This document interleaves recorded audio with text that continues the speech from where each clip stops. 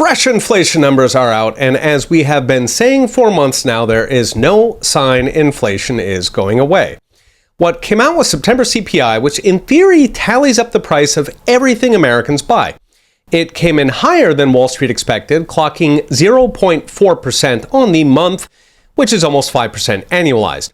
That makes 3 months now of flat or rising inflation. Meanwhile, core CPI, that strips out food and energy, which is the number the Fed cares about, was once again stuck above 4%. This is bad because every month core stays above 4, and that's over 2 years now. It bakes in inflation, meaning that people adjust their lives around future inflation. They negotiate higher contracts, they raise prices, they invest on the assumption that prices will rise significantly.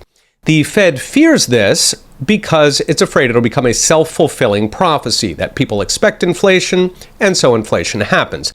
That scares the Fed more than an unadjusted economic statistic. So with these latest numbers, at this point, consumer prices are up 17% since Joe Biden took office. That's 17% official numbers. You can use your imagination for the true figures.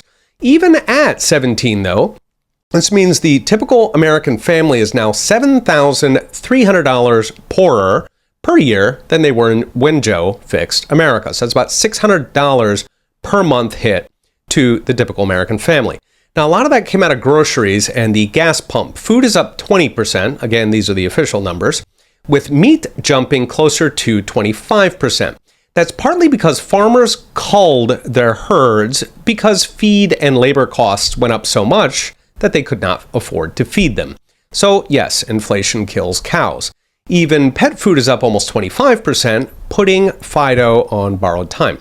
In energy costs, it has been brutal. And gasoline is up almost 60%, home heating oil nearly 80%. This is largely because Joe Biden strangled America's energy renaissance and then drained our strategic petroleum reserve and sold a bunch of it to China. So it's about half gone at this point. And yes, you will wear 2 sweaters and you will be happy. And finally, the big one, housing. Between soaring home costs, leaping mortgage rates, and flying insurance and property taxes, housing costs have more than doubled under Joe Biden. So that racks up at least $1,000 in extra costs per month for the median home.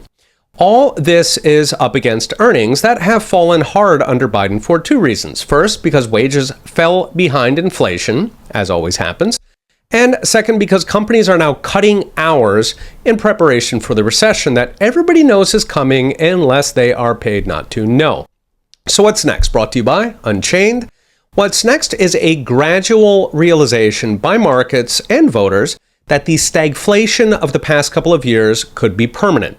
That it was not a one-off from lockdowns, rather it's the new normal as the federal government settled into its new crisis level of spending. Essentially, COVID was the crisis they always wanted, and now they're keeping the trillion-dollar deficits. With fresh wars and fresh recessions on the horizon, there is a lot more to come. Okay, we'll be watching. See you next time.